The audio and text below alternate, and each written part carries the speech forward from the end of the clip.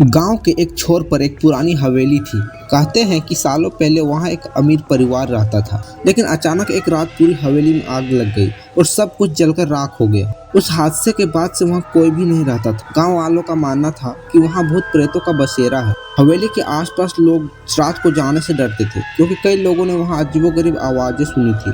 एक बार गांव के 4 दोस्त राजू, करण, मोहन और सूरज ने तय किया कि वे इस हवेली के रहस्य को जानेंगे। सभी ने रात को हवेली में जाकर रात भर वहां रुकने की योजना बनाई।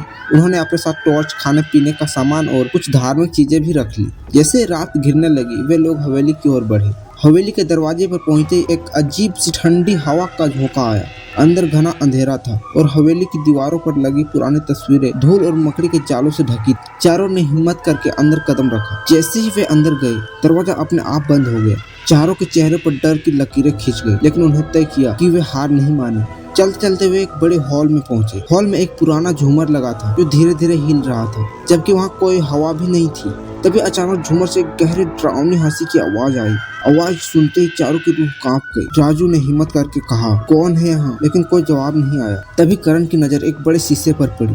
उसने देखा कि शीशे पर उनका प्रतिबिंब नहीं दिख रहा, बल्कि एक लंबी काली परछाई दे रही थी। उस परछाई की लाल चमकते हुए आंखें थी और वह धीरे धीरे उनकी ओर बढ़ रही थी। चारों दोस्त चीख पड़े और पीछे हटने लगे, लेकिन उनके पैर जैसे जम गए थे। उस परछाई ने गहरी आवाज में कहा, तुमने इस हवेली में कदम रखकर अपनी मौत को बुला लिया है। और तभी हवेली के हर कोने से चीखने की आवाज आने लगी। राजू ने जैसे तैसे अपने पैरों पर काबू पाया और दोस्तों को वहां से भागने का इशारा किया। चारों जैसे ही दौड़कर दरवाजे के पास पहुंचे, दरवाजा फिर से बंद हो गया। मोहन ने हिम्मत करके दरवाजा खोलने की कोशिश की, लेकिन जैसे ही उसने दरवाजा को छुआ, एक अदृश्य शक्ति ने उसे हवा में उठा लिया और दीवार पर फेंक दिया। मोहन दर्द से कराहने लगा और उसका शरीर पर गहरे निशान बन गए थे। बचे हुए 3 दोस्त किसी तरह अपने दोस्त को उठाकर दरवाजा तोड़ने लगे।